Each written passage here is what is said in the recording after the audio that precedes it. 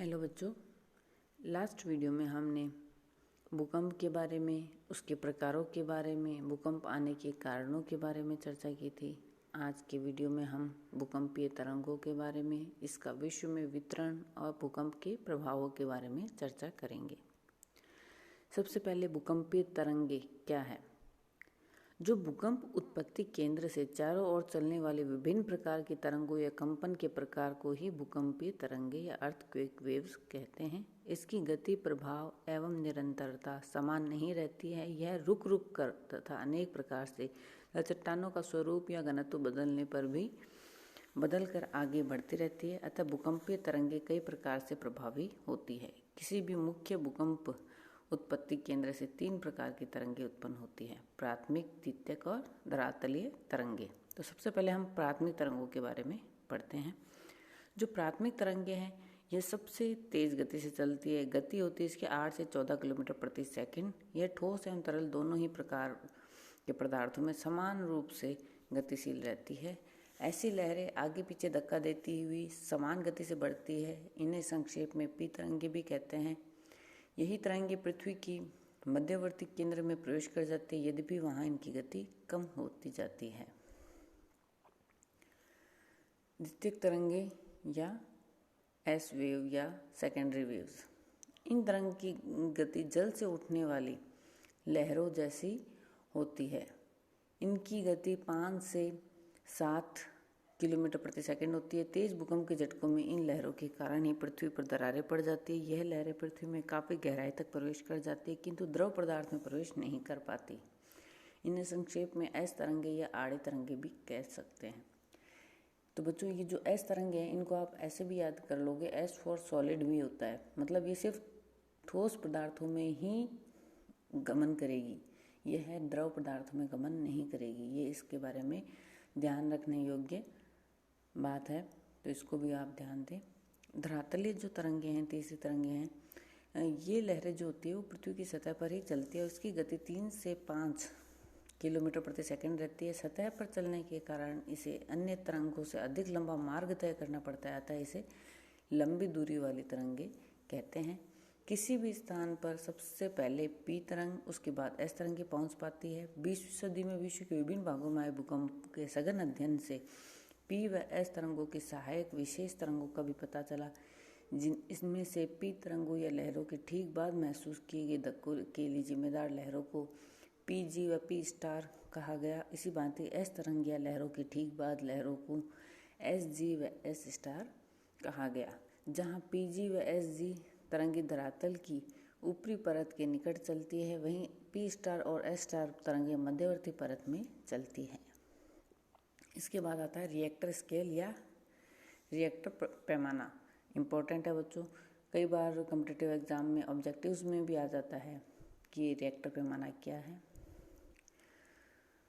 भूकंप की तीव्रता मापने के लिए रिएक्टर स्केल प्रणाली जो है 1935 में अमेरिकी वैज्ञानिक चार्ल्स रिएक्टर ने गुटेनबर्ग के साथ मिलकर विकसित की थी।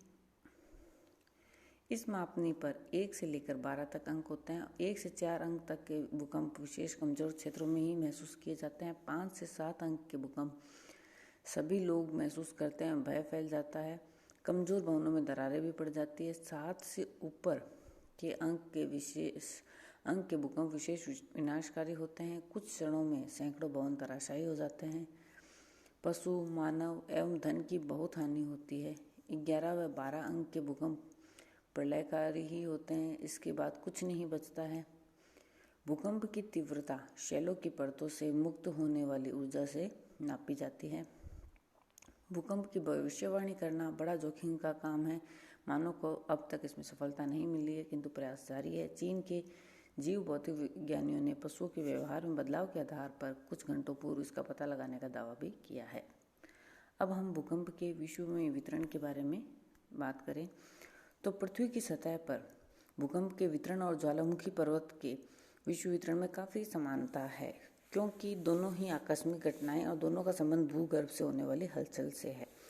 भूपृष्ठ पर भूकंप की वितरण पेटियों के रूप में पाया जाता है। भूकंप की निम्न पेटियां प्रमुख है। सबसे पहले आती है परिप्रशांत पेटी, उसके बाद आती है मध्य अटलांटिक पेटी, फिर मध्य महाद्वीपीय पेटी, उसके बाद अन्य क्षेत्र। सबसे पहले परिप्रशांत पेटी के अंतर्गत हम पढ़ते हैं कि इस पेटी का विस्तार जो है वो प्रशांत महासागर के किनारों के निकट चारों ओर है। यह पेटी एवं ज्वालामुखियों की आग की अंगूठी दोनों ही समक्षेत्रीय है। विश्व के 2/3 से अधिक भूकंप इसी पेटी में आते हैं। यह एशिया के कमचटका प्रायद्वीप से पूर्वी एशिया के द्वीपों की चापाकार श्रृंखला, क्यूराइल, जापान, ताइवान, फिलीपींस व हिंद एशिया के द्वीप, मलेशिया, पूर्वी ऑस्ट्रेलिया तथा न्यूजीलैंड तक फैली है। जापान में प्रतिदिन 4 से 5 भूकंप के धक्के महसूस किए जाते हैं। मध्य अटलांटिक पेटी की अगर हम बात करें तो अटलांटिक महासागर में पश्चिमी द्वीप समूह से लेकर भूमध्य सागर के तटीय भाग तक इस पेटी में सम्मिलित है। अपेक्षाकृत कम विस्तार होते हुए भी आबाद भागों में फैली होने से इसका विशेष महत्व है। मध्य अटलांटिक श्रेणी के द्वीपों तक इसका विस्तार है। इस पेटी के ही एक शाखा नील घाटी से होकर अफ्रीका के पूर्वी भाग में महान दरार घाटी के रूप में फैली है। इसके बाद आती है मध्य महाद्वीपीय पेटी। यह भूमध्य सागरीय पेटी का ही पूर्वी विस्तार है। इसमें आल्प्स, काकेकस, अल्बोर्ज, हिंदू कुश व ऊंचे पठार, हिमालय एवं दक्षिण पूर्वी एशिया के कमजोर भाग सम्मिलित हैं। यहाँ पर कभी कभी विशेष नुकसान पहुँचाने वाले भूकंप आते हैं। अन्य बिखरे क्षेत्र के अंतर्गत भारत की भूकंप पेटियाँ आती है। सबसे पहले तो भारत की भूकंप पेटी जो है मध्य महाद्वीपीय पेटी का ही हिस्सा है। भूकंप के प्रभाव के अनुसार देश को 3 क्षेत्रों में बांटा जाता है। सबसे पहले आती है हिमालय पर्वतीय पेटी। यह विनाशकारी भूकंप की पेटी है। इसका विस्तार संपूर्ण काराकोरम और हिमालय के सारे कश्मीर से म्यांमार की सीमा तक है। मैदानी पेटी जो है हिमालय के दक्षिण में है तथा प्रायद्वीपीय भारत के उत्तर में संपूर्ण सिंधु, गंगा और ब्रह्मपुत्र के मैदानों में फैली है। यह भाग भूवैज्ञानिक दृष्टि से ढीले व असंगठित अवसादों से बना है, अतः यहाँ भी भूकंप आते रहते हैं। घना आबाद क्षेत्र होने से ऐसे भूकंप से नुकसान भी अधिक होता है। प्रायद्वीपीय पेटी संपूर्ण दक्षिण का पठार इसमें सम्मिलित है। एक स्थिर और दृढ़ भूखंड होने के कारण यहाँ भूकंप का प्रभाव अन्य क्षेत्रों की तुलना में कम होता है।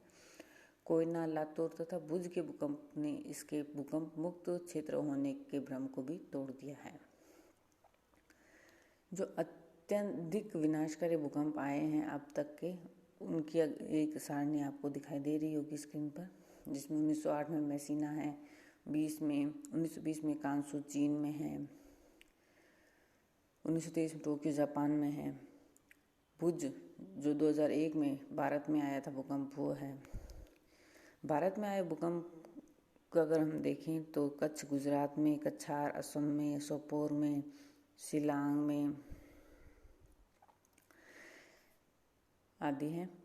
अब हम भूकंप के प्रभाव के बारे में चर्चा करते हैं। भूकंप के प्रभाव, भूकंप जो है सबसे अधिक विनाशकारी प्राकृतिक आपदा है जिसके आगे आज तक मानव विज्ञान पूरी तरह असहाय है। जहां ज्वालामुखी का प्रभाव सिर्फ स्थान विशेष के आसपास ही रहता है, वहीं भूकंप की तरंगों का घातक प्रभाव कुछ 100 वर्ग किलोमीटर से लेकर लाखों वर्ग किलोमीटर तक अंकित किया गया है।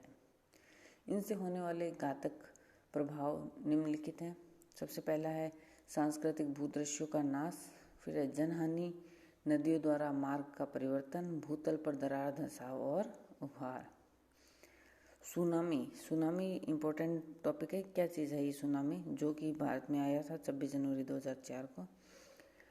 महासागरीय तली तथा तटीय भागों में भूकंप आने पर समुद्र से उठने वाली ऊंची लहरों को सुनामी कहते हैं। जापानी भाषा का शब्द है सु और नामी, जिसका अर्थ होता है समुद्र में उठने वाली लहरें। सुनामी के लिए सर्वाधिक उत्तरदायी कारक भूकंप है। इसके अतिरिक्त जमीन धंसने, भ्रंश पड़ने, ज्वालामुखी फटने, किसी तरह का विस्फोट होने, उल्कापात होने से भी सुनामी लहरें उठती है। इंडोनेशिया में 2004 में आए समुद्री भूकंप से उत्पन्न सुनामी में मरने वालों की संख्या 3 लाख तक पहुंच गई थी। तो सुनामी भी एक बहुत विनाशकारी घटना है। भूकंप की तरह सुनामी के बारे में भी कोई भविष्यवाणी नहीं की जा सकती है। भूकंप के अगर हम लाभकारी प्रभाव के बारे में पढ़ें तो भूकंप में अप्रत्यक्ष रूप से कभी कभी कुछ लाभ भी हो जाता है, जिससे इससे पड़ी दरारों और भ्रंश से भूमिगत जल के सोते सतह पर आ जाते हैं। भूगर्भ के नीचे छिपे खनिजों को निकालना आसान हो जाता है। तटीय भाग का सागर गहरा होने से वहाँ प्राकृतिक बंदरगाह बन सकते हैं। कई बार बंजर प्रदेश भूमि में धंस जाते हैं और वहाँ उपजाऊ मिट्टी निकल आती है। तो बच्चों, आज हमने भूकंप का अध्ययन किया पूरा, और इसके संबंधित जो भी PDF होगी मैं आपके व्हाट्सएप ग्रुप पर शेयर कर दूंगी। आप इसको अध्ययन करें, समझें और अपने एकेडमिक परीक्षाओं की तैयारी में लगे रहें। तब तक के लिए धन्यवाद।